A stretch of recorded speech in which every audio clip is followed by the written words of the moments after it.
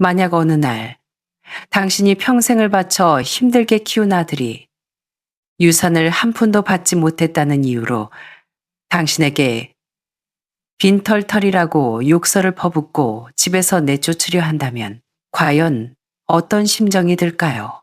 오늘 소개할 사례는 뼛속까지 시린 한 장례식장에서 시작됩니다. 68살의 한 어머니가 남편의 장례 절차가 끝나자마자 친아들에게 떠밀려 집 포기 각서에 서명하고 쫓겨나게 되었습니다. 그러나 겉보기에 한없이 약해 보였던 이 어머니는 뒤돌아서는 순간 입가에 의미심장한 미소를 띄었습니다. 아들은 자신이 이겼다고 집만 차지하면 인생 역전할 수 있다고 믿었을 겁니다. 하지만 그는 몰랐습니다. 자신이 어머니를 집에서 내쫓는 이 막장 드라마 같은 상황이 사실은 반년 전부터 그의 부모님이 직접 써내려간 각본이었다는 것을 말이죠. 과연 이 어머니는 미리 어떤 준비를 했던 걸까요? 아들이 빼앗았다고 믿었던 그 집 뒤에는 어떤 놀라운 함정이 숨겨져 있었을까요? 지금부터 오늘의 이야기를 시작합니다. 제 이름은 박수진, 올해 68입니다. 평생을 법 없이도 살 만큼 바르게 살았고 세상을 놀라게 할 큰일도 삐뚤어진 길도 가본 적 없는 평범한 사람입니다. 열심히 살고 사람들에게 진심으로 대하고 자식 교육만 잘 시키면 평온한 노후를 보낼 수 있을 거라 믿었습니다. 하지만 오늘에서야 비로소 깨달았습니다. 어떤 길은 내가 가기 싫어도 결국엔 누군가가 억지로라도 걷게 만든다는 것을요. 오늘은 제 남편 김영민 씨의 발인 날이었습니다. 서울의 한 대학병원 장례식장은 엄숙하고 정갈하게 꾸며져 있었습니다. 하얀 국화꽃이 영정 사진 앞에 가지런히 놓여 있었죠. 영정 속 남편은 생전 그가 가장 좋아했던 짙은 회색 정장을 입고 입가에는 옅은 미소를 띠고 있었습니다. 늘 그렇듯 정직하고 묵직하며 책임감 강한 모습 그대로였습니다. 조문을 온 제자들, 옛 친구들, 동료들의 발길이 끊이지 않았습니다. 그들은 저를 보며 존경과 연민이 뒤섞인 복잡한 눈빛을 보냈습니다. 아마 그들도 남편이 말년에 겪었던 고초와 제 아들에 대한 소문을 익히 들었겠지요. 속으로 어쩌다 자식 농사를 저렇게 망쳤을까 하며 혀를 찼을지도 모릅니다. 저는 빈소 앞에 서서 두 손을 모으고 고개를 숙인 채 기도를 올렸지만 자꾸만 힐끗거리는 시선을 출입구 쪽으로 돌릴 수밖에 없었습니다. 오전 10시 10분 오지 않았습니다. 10시 20분 여전히 오지 않았습니다. 장례 지도사가 다가와 발인의식을 조금 미루겠냐고 조심스럽게 물었습니다. 저는 고개를 저었습니다. 시작하시죠. 목소리는 평온했지만 속은 타들어가는 듯 했습니다. 언니, 옆에 있던 사촌 동생이 낮은 목소리로 물었습니다. 민우, 걔 정말 아직도 안 온 거야. 저는 대답 대신 휴대폰을 꺼내 익숙한 번호를 눌렀습니다. 신호음이 10여 초 넘게 이어졌고 휴대폰을 쥔 제 손마디는 하얗게 질려갔습니다. 드디어 수화기 너머로 힘없는 목소리가 들려왔습니다. 여보세요. 엄마, 나 어제 과음해서 지금 가고 있어요. 수화기 너머로는 여자의 웃음소리와 유리잔 부딪히는 소리가 들려왔습니다. 일단 엄마가 알아서 해요. 금방 갈게요. 그래. 저는 더 이상 말하지 않고 전화를 끊었습니다. 의식이 거의 끝나갈 무렵 저는 남편의 영정을 향해 깊이 고개를 숙였습니다. 여보, 우리 자식이 당신 가는 마지막 길마저 이 모양이네요. 당신 또 실망하고 있나요? 사람들이 자리에서 일어나려던 찰나 문이 쾅 하고 열렸습니다. 김민우, 제 아들이 드디어 나타났습니다. 구겨진 티셔츠 위에 단추도 잠그지 않은 정장 재킷을 걸치고 아래는 청바지에 슬리퍼 차림이었습니다. 얼굴은 흑빛이었고 머리는 떡이 져 이마에 달라붙어 있었습니다. 짙은 술 냄새와 담배 냄새가 섞인 악취가 풍기자 근처에 있던 친척들이 인상을 찌푸렸습니다. 저는 아무 말 없이 그저 그를 바라보았습니다. 그는 아버지의 영정 앞에 무릎을 꿇지도 합장을 하지도 않았습니다. 그저 손님처럼 두리번거릴 뿐이었죠.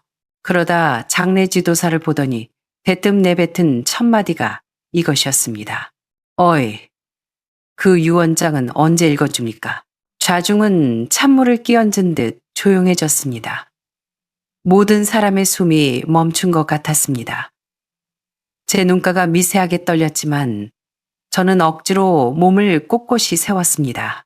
아버지의 장례식장에서 유언장 타령이라니. 뒤에서 한 친구가 깊은 한숨을 내쉬는 소리가 들렸습니다. 그 한숨이 죽은 남편만을 위한 것이 아님을 저는 잘 알고 있었습니다. 민우는 영정 앞으로 다가가 건성으로 허리를 까닥 숙이며 중얼거렸습니다. 아빠, 잘 가요. 그러곤 제 옆으로 와서 귓속말을 했습니다. 이따가 유언장 읽을 때 변호사한테 똑바로 좀 읽으라고 해줘요. 나 지금 돈 급한 거 알죠? 보험금이랑 주식은 당연히 내 몫이겠죠. 저는 아들의 눈을 바라보았습니다. 한때 맑고 총명했던 그 눈은 이제 핏발이 서고 탁하게 변해 있었습니다. 저는 대답하지 않았습니다. 진짜 대답은 지금 이 순간 입으로 할 필요가 없었으니까요. 진짜 대답은 이미 수많은 밤을 지새우며 우리가 준비해 두었으니까요. 저는 그저 몸을 돌려 다시 남편의 영정을 마주했습니다. 마음속으로 다시 한번 속삭였습니다. 여보, 걱정 말아요. 오늘부터 내가 다 정리할게요. 장례 절차가 모두 끝나고 우리는 집으로 돌아왔습니다. 거실의 공기는 숨 막힐 듯 무거웠습니다. 친척들은 일찌감치 자리를 떴고 저와 민우 그리고 남편의 오랜 친구인 조 변호사만 남았습니다. 민우는 소파에 털썩 주저앉아 다리를 꼬고 담배를 피워 물었습니다. 담배 연기를 뿜어내며 불만 섞인 목소리로 재촉했습니다. 조 변호사님, 사람들 다 갔으니까 이제 말 좀 해보세요. 우리 아버지가 나한테 얼마나 남겼습니까? 조 변호사는 저를 쳐다보았고 저는 고개를 끄덕였습니다. 그는 한숨을 쉬며 가방에서 서류를 꺼내 목을 가다듬고 읽어 내려갔습니다. 고 김영민님의 유지에 따라 고인명의 모든 예금, 주식 및 유가증권은 전액 김영민 교육재단에 기부한다. 이는 시골 지역의 불우한 아동 교육 지원을 위해 쓰일 예정이다. 민우의 몸이 순간 굳어버렸습니다. 기부라는 단어가 나올 때 그의 눈동자가 흔들리더니 이내 분노로 타올랐습니다. 뭐라고요? 지금 뭐라고 했어요? 그가 눈을 부릅뜨고 말을 잘랐습니다. 조 변호사는 차분하게 고개를 들어 말했습니다. 김 교장 선생님께서는 그 어떤 현금 자산도 가족에게 남기지 않기로 결정하셨습니다. 이건 고인이 직접 서명하고 공증받은 유언장입니다. 그럼 집은요? 민우의 목소리가 떨렸습니다. 이 아파트는 어머니 박수진님의 명의로 되어 있습니다. 상속 재산이 아니므로 분배 대상에 포함되지 않습니다. 여전히 박수진 여사의 소유입니다. 공기가 얼어붙었습니다. 다음 순간 민우가 벌떡 일어나 유언장을 낚아채 미친 듯이 넘겨보았습니다. 손이 사시나무 떨듯 떨리고 있었습니다. 말도 안 돼. 이건 말도 안 돼. 내가 하나뿐인 아들인데 어떻게 돈을 생판 남한테 다 줄 수가 있어? 당신들끼리 짜고 나 속이는 거지. 서류에 분명히 적혀 있다. 조 변호사가 차갑게 말했습니다. 이게 네 아버지의 마지막 뜻이다. 뜻? 개소리하지 마. 민우는 완전히 이성을 잃었습니다. 유언장을 바닥에 패대기 치고는 제 코앞까지 다가와 삿대질을 해댔습니다. 이거 다 엄마 생각이지. 엄마가 아빠 꼬드겨서 돈 다 기부하게 만든 거지? 미쳤어? 내가 하나밖에 없는 아들인데 지금 빚더미에 앉아서 개처럼 쫓기고 있는데 자식이 죽게 생겼는데 모른 척을 해? 위선 떨지 마. 당신들은 멍청한 거야. 생판 남한테 돈 퍼주고 자식은 굶어 죽게 만드는 게 부모야? 나중에 내 손에 죽을 생각은 꿈도 꾸지 마. 저는 가만히 앉아 두 손을 꽉 쥐었습니다. 손톱이 손바닥을 파고들 만큼 아팠습니다. 그는 점점 더 흥분하여 물건을 집어던지기 시작했습니다. 화병, 찻잔, 액자, 바닥은 순식간에 난장판이 되었습니다. 그는 씩씩거리며 난장판이 된 거실을 보더니 비릿한 웃음을 흘렸습니다. 그래, 좋아. 이제 속이 시원해? 돈 다 기부해서 이제 엄마도 빈털털이네? 앞으로 어떻게 사나 보자. 돈도 없고 남편도 없고 아들도 안 쳐다보는 늙은이 신세가 됐잖아. 그의 말은 칼날처럼 날카로웠습니다. 한마디 한마디가 비수처럼 꽂혔지만 저는 표정 하나 바꾸지 않고 그를 응시했습니다. 그가 욕을 퍼붓다 지쳐 숨을 몰아쉴 때까지 기다렸다가 천천히 일어나 그에게 다가갔습니다. 민우야. 저는 그를 똑바로 쳐다보며 마지막 한마디를 던졌습니다. 너는 정말로 아무것도 가진 게 없게 되었구나. 그 말에 그는 바닥에 떨어진 유리 조각을 발로 걷어차며 문을 쾅 닫고 나가버렸습니다. 집 전체가 울릴 만큼 큰 소리였습니다. 조 변호사가 걱정스러운 얼굴로 물었습니다. 재수 씨, 괜찮으세요? 접근 금지 신청이라도 할까요? 저는 고개를 저으며 바닥에 떨어진 가족 사진을 주었습니다. 남편이 어린 민우를 안고 환하게 웃고 있는 사진이었습니다. 그 위로 아들의 발자국이 선명하게 찍혀 있었습니다. 괜찮아요, 조 변호사님. 저는 사진의 먼지를 털어내며 어두운 창밖을 바라보았습니다. 진짜 연극은 이제부터 시작이니까요. 남편의 사무제 장례 후 3일째 날은 비가 추적추적 내리는 오후였습니다. 저는 관습대로 밥상을 차리고 향을 피웠습니다. 민우는 오지 않았습니다. 오히려 오지 않길 바랐습니다. 그 아이의 탁한 기운이 남편의 영혼을 방해할까 두려웠으니까요. 밤이 되고 비가 그칠 무렵 초인종이 울렸습니다. 외시경으로 보니 민우였습니다. 며칠 전보다는 조금 멀쩡해 보였지만 얼굴엔 음산한 기운이 가득했습니다. 손에는 검은 서류 가방을 들고 있었습니다. 문을 열어주자마자 그는 신발도 벗지 않고 거실로 성큼성큼 들어왔습니다. 엄마, 이제 아빠 사무제도 지났으니 계산할 건 합시다. 그는 가방에서 서류 한 뭉치를 꺼내 탁자 위에 던졌습니다. 부동산 소유권 이전 등기 신청서였습니다. 이 집, 그가 집안을 휘둘러 보며 말했습니다. 지금 명의는 엄마 거지만 이것도 엄연히 아빠가 남긴 유산이잖아요. 현금은 다 기부했다 쳐도 이 집은 당연히 내 몫이죠. 내 몫이라고 제가 차분하게 물었습니다. 무슨 근거로? 아들이니까. 그가 당당하게 소리쳤습니다. 내가 제기하려면 미천이 필요해요. 엄마, 솔직히 말할게요. 나 지금 급한 불 끄려면 큰 돈이 필요해요. 이 집 나한테 넘겨요. 담보대출 받아서 사업하고 돈 벌면 엄마한테 더 좋은 집 사드릴게. 저는 그저 헛웃음만 나왔습니다. 민우야, 이 집은 너희 아빠랑 내가 평생을 살아온 유일한 보금자리야.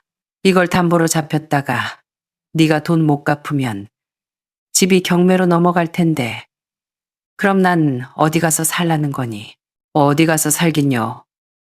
그가 귀찮다는 듯 손을 휘저었습니다. 혼자서 이렇게 큰 집에 사는 것도 낭비예요. 내가 다 알아봐 놨어요. 경기도 쪽에 요양원 하나 있는데 시설은 좀 낡았어도 싸고 밥도 다 줘요. 거기 가면 말동무도 있고 얼마나 좋아. 저는 대꾸하지 않고 천천히 서류를 한 장 한 장 넘겨보았습니다. 그의 목소리가 점점 날카로워졌습니다. 엄마, 나 진짜 진지해요. 엄마도 이제 나이 드셨으니까 욕심 부리지 말고 집 내놔요. 그게 서로 편하잖아요. 손녀 보고 싶으면 내가 나중에 데리고 갈게. 저는 서류를 덮고 고개를 들어 물었습니다. 민우야, 정말 이렇게까지 해야겠니? 엄마를 내쫓고 네 마음이 편할 것 같아. 그는 미간을 찌푸리며 본색을 드러냈습니다. 말을 왜 그렇게 해요? 엄마 아빠가 먼저 나한테 잘못했잖아요. 나한테 유산을 좀 남겨줬으면 내가 집까지 뺏으러 왔겠어? 상황이 이 지경인데 고고한 척하지 마요. 이건 부모로서 당연히 해줘야 하는 빚갚음이라고 생각해요. 저는 고개를 끄덕였습니다.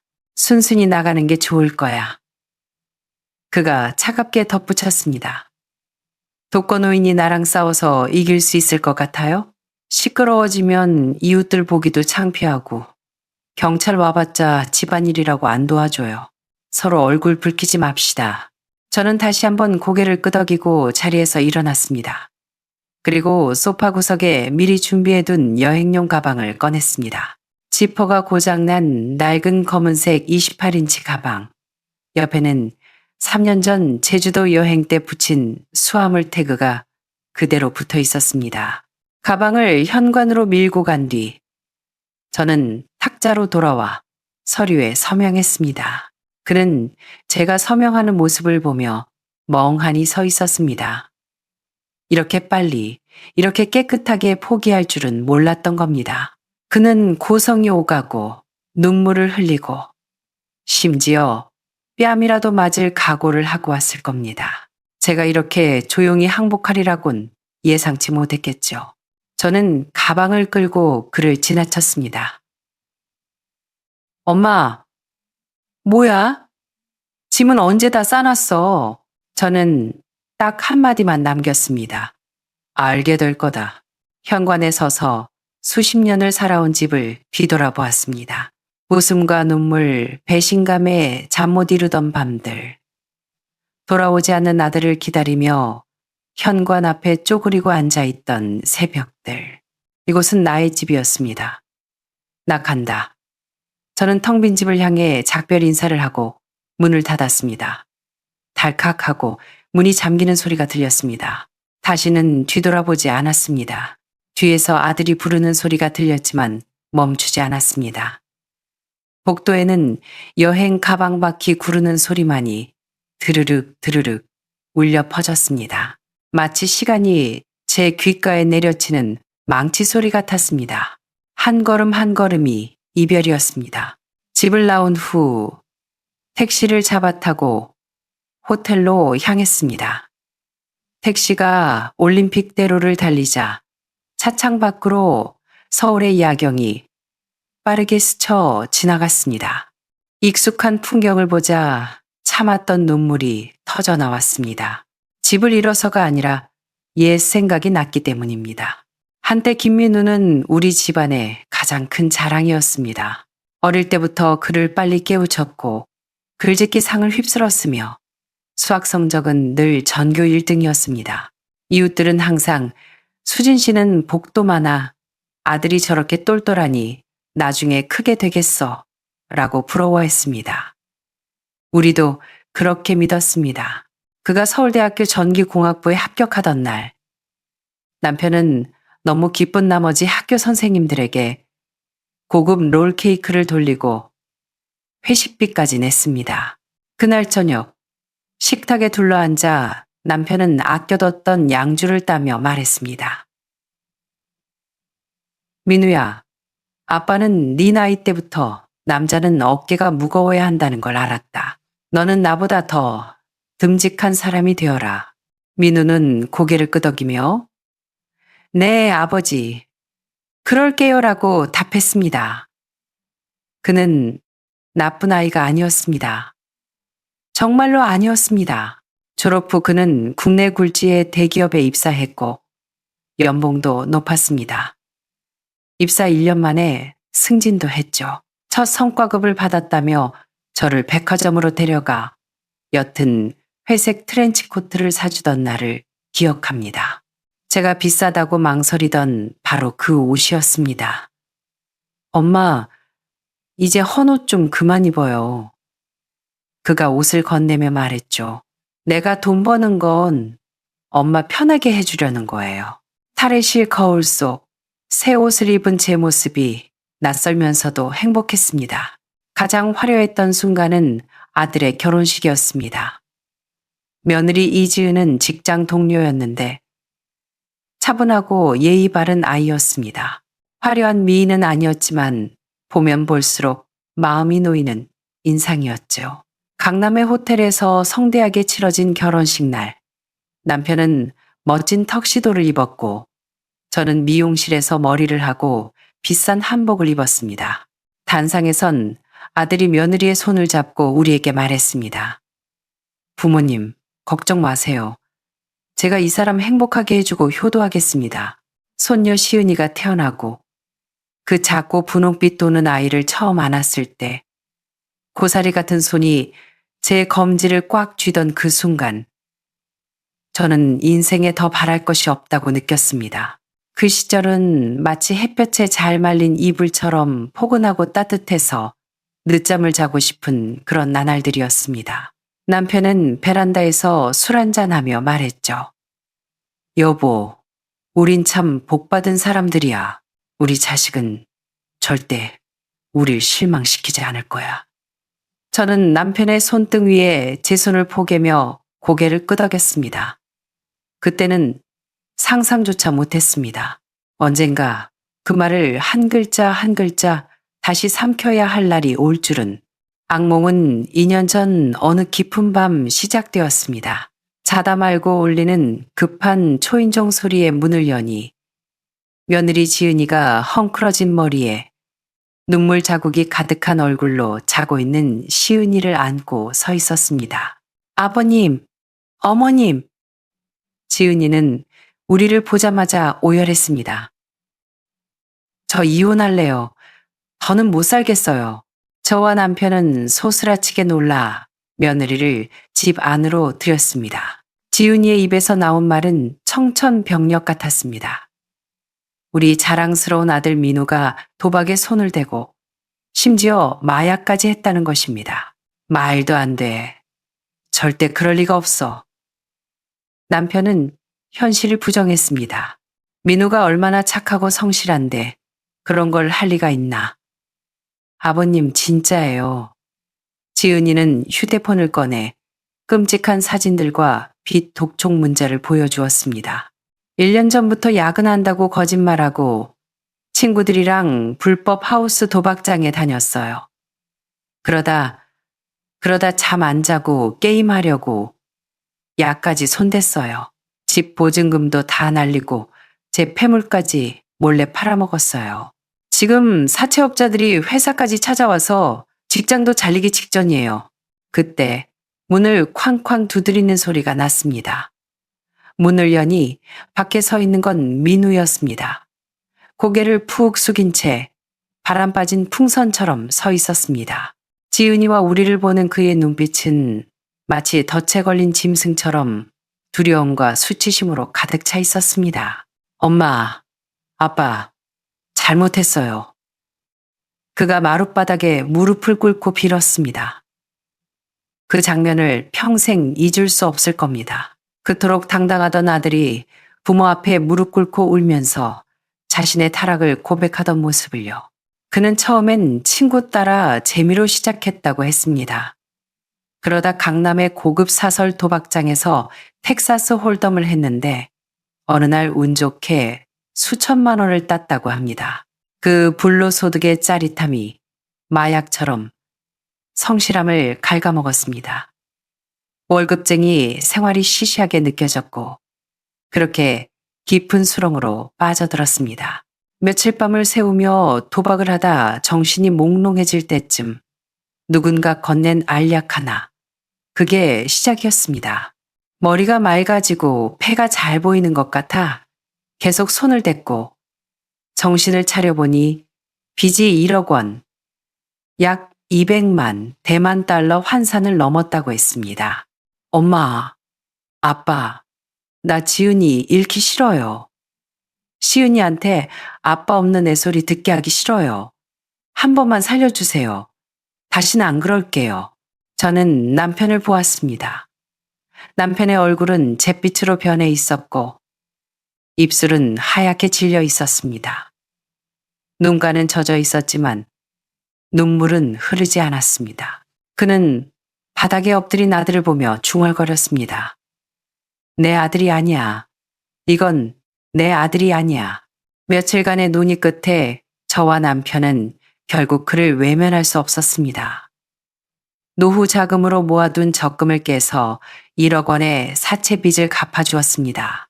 빚을 다 갚은 날, 피할 수 없는 이별이 찾아왔습니다. 부엌에서 설거지하던 저에게 지은이가 다가왔습니다. 어머님, 빚 갚아주신 건 정말 감사해요. 하지만 저는 이혼하기로 결심했어요. 저는 며느리를 바라보았습니다. 슬픔도 원망도 아닌 차라리 다행이라는 생각이 들었습니다. 시은이가 아직 어려요. 공포 속에서 키울 순 없어요. 그 사람 바뀐다고 하지만 저는 더 이상 제 인생을 걸 수 없어요. 저는 어머님, 아버님처럼 희생할 수 없어요. 제 인내심은 여기까지예요. 저는 고개를 끄덕이며 조용히 말했습니다. 내 말이 맞다. 잘 생각했다. 얼마 후 민우는 이혼 서류에 도장을 찍었고 저는 지은이와 함께 법원에 갔습니다. 우리는 작은 오피스텔을 지은이 명의로 넘겨주었습니다. 그것이 지은이와 손녀의 미래였으니까요. 법원 앞에서 저와 남편은 거센 바람을 맞으며 서 있었습니다. 우리가 자랑스러워했던 모든 것이 산산조각나 날아가는 기분이었습니다. 하지만 그때까지만 해도 우리는 생각했습니다. 아들이 정신만 차리면 아직 늦지 않았다 라고요. 하지만 우리는 도박과 마약의 무서움을 과소평가했습니다. 사람이 심연을 들여다볼 때 심연은 이미 그 사람을 집어삼키고 있다는 것을 몰랐습니다. 이혼 후 민우는 집으로 들어왔습니다. 한동안 집안은 기이할 정도로 평온했습니다. 민우는 일용직을 나간다며 아침 일찍 나가 밤늦게 들어왔고 설거지와 청소도 도맡아 했습니다. 저녁 식사 때면 엄마 오늘 반찬 맛있네 라며 살갑게 굴기도 했죠. 솔직히 조금은 마음을 놓았습니다. 그를 믿어서가 아니라 너무 지쳐서 차라리 속아주고 싶었던 건지도 모릅니다. 그렇게 석 달이 지났을 무렵 건강보험료를 내러 은행에 가려고 서랍을 열었는데 통장이 없었습니다. 처음엔 둔 곳을 깜빡했나 싶어 온 집안을 뒤졌지만 없었습니다. 급히 은행으로 달려가 거래 내역을 뽑아보았습니다. 종이에 찍힌 내역이 칼날처럼 제 눈을 찔렀습니다. 출금일 500만 원, ATM 인출, 장소, 강남구, 동. 저는 CCTV 화면 속 모자와 마스크를 쓰고 주위를 살피며 돈을 뽑는 남자가 제 아들 민우임을 단번에 알아봤습니다. 하늘이 무너지는 것 같았습니다. 즉시 계좌를 동결하고 집으로 돌아와 남편에게 알렸습니다. 이야기를 들은 남편은 가슴을 부여잡고 쓰러졌습니다. 급성 심근경색이었습니다. 응급실과 중환자실을 오가며 사경을 헤맸습니다. 5분만 늦었어도 쇼크사 했을 거라고 의사는 말했습니다. 저는 병원 대기실 플라스틱 의자에 앉아 뜬 눈으로 밤을 지새웠습니다. 머릿속엔 절망이라는 단어뿐이었습니다. 하지만 더 큰 절망은 아직 오지도 않았습니다. 3일 뒤 경찰서에서 전화가 왔습니다. 김민우 씨, 어머니 되십니까? 서로 좀 와주셔야겠습니다. 손녀따님 실종 신고가 접수됐는데 지금 아드님과 같이 있습니다. 손발이 차갑게 식었습니다. 경찰서에 도착하니 지은이는 파랗게 질린 얼굴로 울고 있었고 옆에는 시은이가 겁에 질려 울고 있었습니다. 그리고 의자에 수갑을 차고 앉아 있는 건 민우였습니다. 지옥의 문턱에 선 기분이었습니다. 엄마, 해치려는 거 아니었어요. 그냥 지은이한테 돈 좀 달라고 겁만 주려던 건데. 민우는 횡설수설 변명했습니다. 돈이 필요해서 유치원에 있는 자기 딸을 몰래 데리고 나와 전철을 협박했던 겁니다. 일 500만 원을 가져오라고. 짐승만도 못한 놈. 사람이 어디까지 추락할 수 있는지 그 바닥을 본 것 같았습니다. 저는 차갑게 물었습니다. 그때 1억 갚아줬잖아. 또 빚이 얼마나 있는 거야. 그는 입을 다물었습니다. 말 안 해? 그게 다가 아니었어.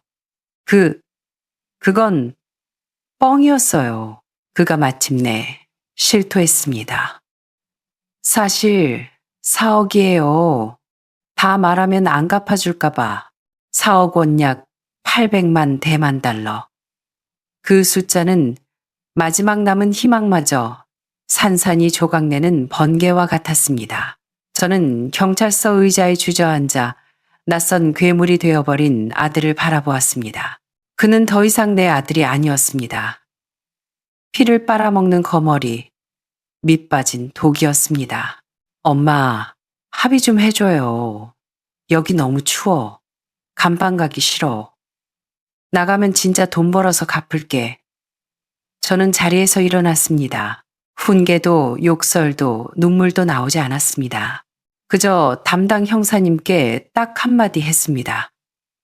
법대로 처리해 주세요. 그리고 뒤도 돌아보지 않고 경찰서를 나왔습니다. 등 뒤로 민우의 절규와 욕설이 들려왔지만 무시했습니다. 그때 깨달았습니다. 평범한 방법으로는 이 아이를 그리고 우리 집안을 구할 수 없다는 것을요. 여기서 끊어내지 않으면 우리 모두 지옥불에 떨어져 뼈도 못 추릴 것이라는 사실을요. 그날 밤 병원으로 돌아와 남편의 병상을 지켰습니다. 심전도 모니터 소리만 규칙적으로 들리는 고요한 병실에서 남편이 눈을 떴습니다. 그는 퉁퉁 부은 제 눈을 보더니 아무것도 묻지 않고 가만히 제 손을 잡았습니다. 여보, 민우가 또 사고 쳤어. 저는 고개를 저으려다 결국 경찰서에서 있었던 일을 털어놓았습니다. 4억 원의 빚, 손녀 납치 소동, 남편은 눈을 감았고 두 줄기 눈물이 베개로 스며들었습니다.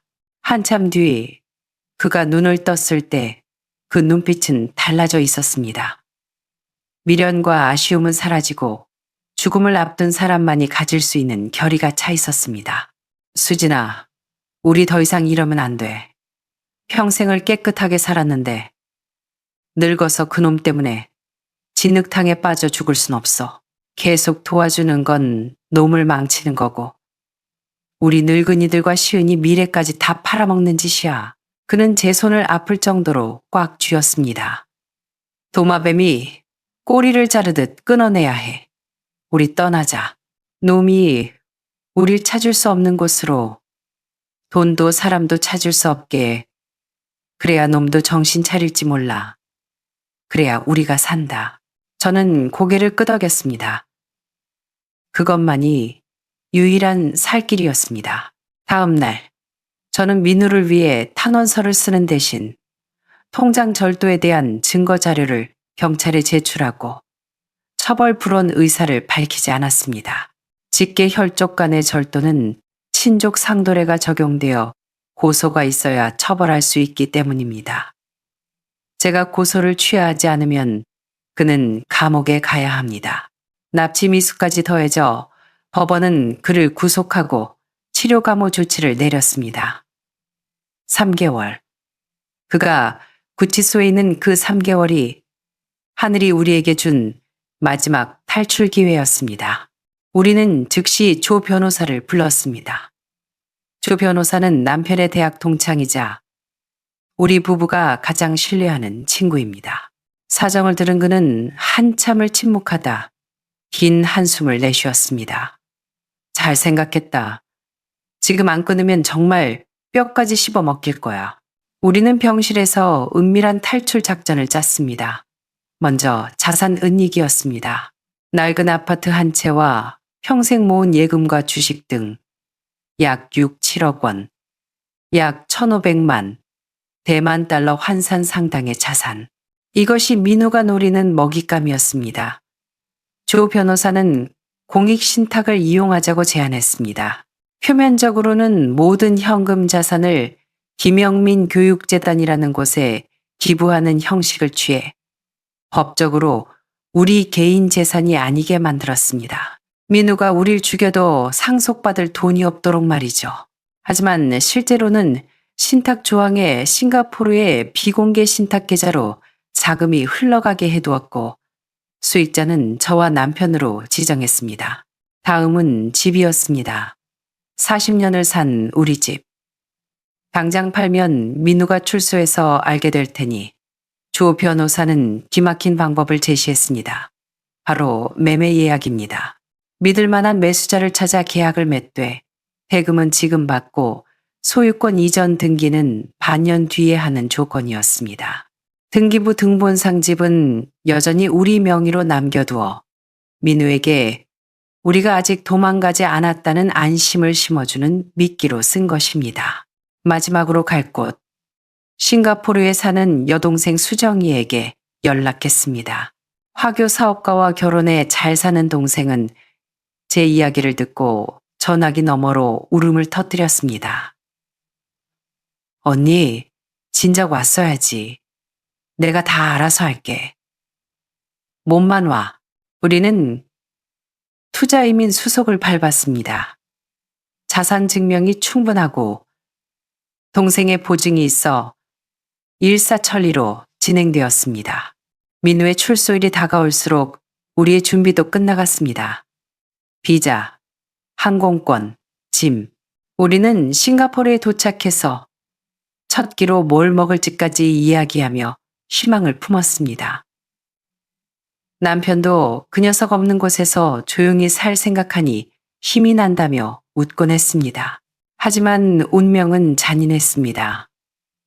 희망이 보일 때쯤 다시 절망으로 밀어넣더군요. 남편의 상태가 급격히 나빠졌습니다. 기침이 잦아지고 혈압이 요동쳤습니다.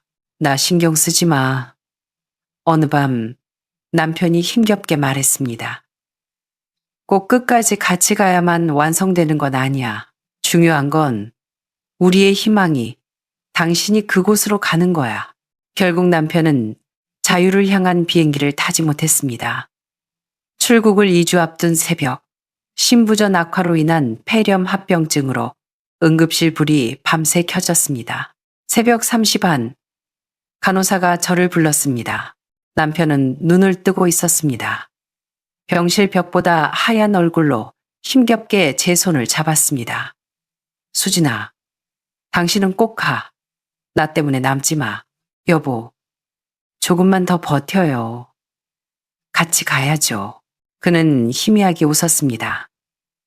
안 될 거 알아. 나는 여기까지야.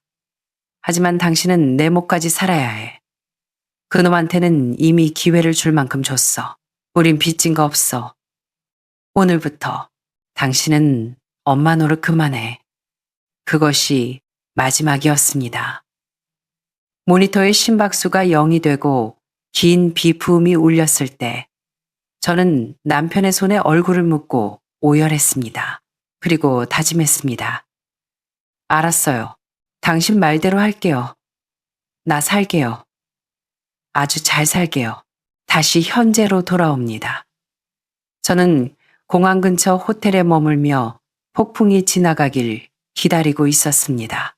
예상대로 출소한 민우는 제가 서명해준 집 포기 각서를 들고 기세등등하게 등기소로 달려갔을 겁니다. 하지만 창구 직원의 대답은 냉혹했겠죠. 선생님, 죄송하지만 이 부동산은 이미 한 달 전에 매매 예약 가등기가 되어 있었고, 지난주에 잔금 납부와 함께 소유권 이전이 완료되었습니다. 현재 소유주는 박수진 님이 아닙니다. 뭐라고요? 집문서가 엄마한테 있는데 어떻게 팔아요? 집문서는 재발급 가능합니다. 그리고 모든 절차가 합법적으로 끝났습니다. 가져오신 증여 서류는 소유주가 바뀌어서 효력이 없습니다. 민우는 미쳐 날뛰었을 겁니다. 집으로 달려가 봤자 이미 새 주인이 고용한 인테리어 업자들이 공사를 하고 있었겠죠. 이건 내 집이야 라고 소리쳐봤자 경찰 부릅니다 라는 대답만 돌아왔을 테고요. 그는 텅 빈 거리에서 깨달았을 겁니다. 집을 잃은 게 아니라 자신이 엄마를 협박할 수 있는 유일한 수단, 그리고 자신이 용서받을 수 있다는 마지막 착각마저 잃어버렸다는 것을요. 비행기 출발까지 이틀 남았습니다. 호텔방에서 숨죽이고 있는데 낯선 번호로 문자가 왔습니다. 어머님, 저 지은이에요. 떠나시는 거 알아요. 민우 씨 문제로 드릴 말씀이 있어요. 시은이 안전 때문에 그래요. 제발 한 번만 만나주세요. 지은이? 의심스러웠지만 시은이 안전이라는 말에 가슴이 철렁했습니다. 민우가 그들에게 또 해코지 했을까봐 걱정되어 견딜 수가 없었습니다. 저는 만약을 대비해 조 변호사에게 위치를 알리고 휴대폰을 긴급 신고 모드로 설정한 뒤 약속 장소인 강남의 한 키즈 카페로 향했습니다. 카페 안쪽 방에 지은이가 앉아 있었습니다. 안으로 들어가자 지은이가 파랗게 질린 얼굴로 저를 쳐다보았습니다. 입술이 떨리고 있었습니다. 그 순간 뒤에서 문이 쾅 하고 닫혔습니다. 민우였습니다. 손에는 과도가 들려 있었습니다. 엄마? 그가 비릿하게 웃었습니다. 역시 손녀일이라면 끔찍하시네. 그는 지은이의 머리채를 잡고 칼을 목에 들이댔습니다. 지은이가 비명을 질렀습니다. 돈 내놔. 집한 돈. 다 어디로 빼돌렸어? 나 죽이려고 작정했어? 돈 안 내놓으면 얘 죽이고 나도 죽고 엄마도 죽는 거야. 그의 손이 떨리면서 지은이의 목에 붉은 실선이 그어졌습니다. 민우야, 진정해. 돈 줄게. 얼마면 돼? 4억. 당장 내 계좌로 이체해. 알았어. 진정해. 저는 천천히 휴대폰을 꺼내는 척하며 전원 버튼을 5번 눌렀습니다. 지잉하는 진동과 함께 경찰에 신고가 접수되고 위치가 전송되었습니다. 인터넷이 좀 느려. 기다려봐. 시간을 끌었습니다. 빨리 안 해. 그가 소리쳤습니다. 저는 송금 버튼을 누르고 확인 화면을 보여주었습니다. 그때 밖에서 사이렌 소리와 함께 경찰들이 들이닥쳤습니다. 꼼짝 마. 경찰이다. 민우는 당황하더니 더욱 미쳐 날뛰며 지은이를 끌고 가려 했습니다. 오지 마. 다 죽여버릴 거야. 그가 칼을 지은이에게 꽂으려던 찰나. 저는 식탁 위에 있던 뜨거운 차가 든 주전자를 집어들어 있는 힘껏 민우의 손목을 내리쳤습니다. 뜨거운 물과 충격에 민우가 칼을 떨어뜨렸고 경찰들이 그를 덮쳤습니다. 바닥에 제압당한 민우가 고개를 쳐들고 저를 노려보며 소리 질렀습니다. 엄마가 나를 신고해? 내가 아들인데. 어떻게 엄마가 이럴 수 있어? 저는 떨리는 손으로 지은이를 일으켜 세운 뒤 바닥에 깔린 아들에게 다가가 말했습니다. 김민우, 나랑 네 아빠는 수없이 기회를 줬어. 내 발로 기회를 차버린 건 너야. 세상 탓, 부모 탓 하지 마. 내 욕심이 너를 괴물로 만든 거야. 감옥에서 평생 반성해라. 난 이제 널 낳은 적 없는 셈 칠 거다. 저는 뒤돌아섰습니다. 이것이 자식과의 마지막이었습니다. 이틀 뒤 인천공항 출국장. 지은이가 시은이를 데리고 배웅을 나왔습니다. 어머님, 정말 감사해요. 어머님 아니었으면 저랑 저는 지은이를 안아주었습니다. 그런 말 마라. 시은이 잘 키워. 저놈은 네 남편도 시은이 아빠 자격도 없어. 저는 시은이에게 다가가 눈높이를 맞췄습니다. 시은아, 할머니가 아주 먼 곳으로 가요. 할머니, 언제 와? 저는 대답 대신 웃으며 작은 통장을 시은이 손에 쥐어주었습니다. 제 폐물을 팔아 마련한 시은이의 학자금 통장이었습니다. 시은아, 나중에 커서 꼭 정직하고 착한 사람이 되어야 해. 알았지? 어머님, 건강하세요. 도착하면 꼭 연락 주시고요. 지은이의 인사를 뒤로 하고 저는 출국 심사대로 향했습니다. 뒤돌아보면 발길이 떨어지지 않을 것 같아 앞만 보고 걸었습니다. 비행기가 굉음을 내며 이륙했습니다. 창밖으로 멀어지는 서울의 풍경. 굽이치는 한강과 남산타워가 장난감처럼 작아졌습니다. 저곳에 제 청춘이 있었고 남편과의 사랑이 있었고 한때 완벽하다고 믿었던 가정이 있었습니다. 이제는 모두 과거가 되었습니다. 저는 제 손을 내려다보았습니다. 갓난아이였던 아들을 안고 걸음마를 가르치던 손. 하지만 결국 그 아들을 감옥으로 보낸 손. 뼈가 으스러지는 듯한 아픔이 심장을 찔렀습니다. 제 살을 도려내는 것보다 만 배는 더 아팠습니다. 도박과 마약이 이렇게 무서운 줄 몰랐습니다. 착했던 내 아들을 송두리째 집어삼키고 부모에게 칼을 겨누게 만들었으니까요. 하지만 그 아픔 덕분에 저는 살았습니다. 독하게 끊어내지 않았다면 우리 모두 그 늪에 빠져 죽었을 테니까요. 구름 위로 비행기가 올라가자 햇살이 기내로 쏟아졌습니다. 마치 남편이 저를 보며 웃어주는 것 같았습니다. 수진아, 잘했어. 울지 말고 앞으로 나아가. 저는 눈물을 꾹 참고 미소를 지었습니다. 싱가포르에서의 삶이 외로울지 모릅니다. 하지만 두렵지 않습니다. 이제 제 인생은 온전히 저의 것이니까요.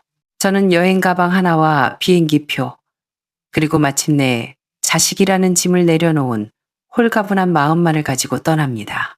박수진 여사의 이야기는 여기까지입니다. 행복했던 가정이 도박과 마약으로 인해 파탄나고 결국 어머니가 아들을 감옥에 보내고 떠나야만 했던 이 비극적인 결말. 여러분은 어떻게 보셨나요? 누군가는 아무리 그래도 자식인데 너무 매정하다라고 할 수도 있습니다. 하지만 또 누군가는 악의 구렁텅이에서 자신과 손녀를 지키기 위한 뼈를 깎는 결단이었다라고 박수칠지도 모릅니다. 여러분이 만약 박수진 여사였다면 칼을 들고 위협하는 아들 앞에서 어떤 선택을 하셨을까요? 끝까지 품어주는 것이 사랑일까요? 아니면 과감하게 끊어내는 것이 진정한 사랑일까요? 도박과 마약은 한 사람뿐만 아니라 가족 전체를 파멸로 이끄는 무서운 병입니다. 여러분의 생각과 감상을 댓글로 남겨주세요. 오늘 이야기가 마음에 드셨다면 구독과 좋아요, 알림 설정 부탁드립니다. 어둠 속에서도 빛을 찾아 나아가는 용기가 필요한 분들에게 이 영상을 공유해 주세요. 시청해 주셔서 감사합니다.